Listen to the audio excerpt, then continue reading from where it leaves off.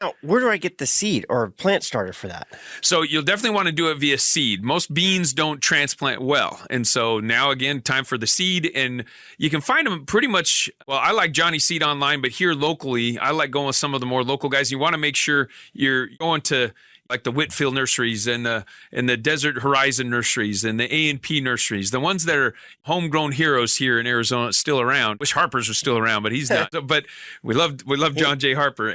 But you want to go to those ones because they're smart enough to know that these need to be in an air-conditioned space or cooled down where they're selling their seeds from. Whereas you go to Home Depot and some of those places right now and some of the bigger box places, and unfortunately, they're going to have those seeds out with all the plants. And when it's this hot, the viability of those is going to really reduce dramatically if they're not in a nice, cool, dry place. And so find a place that's selling the seeds indoors. I don't recommend receiving shipments on seeds right now because of the same problem. If anything's coming to Arizona, it's coming in a hot box. And we want to keep those temperatures relatively cool to make sure that they're going to actually transplant or they're going to actually be viable for you. As you're talking about that, it reminds me your kick test for soil bags too.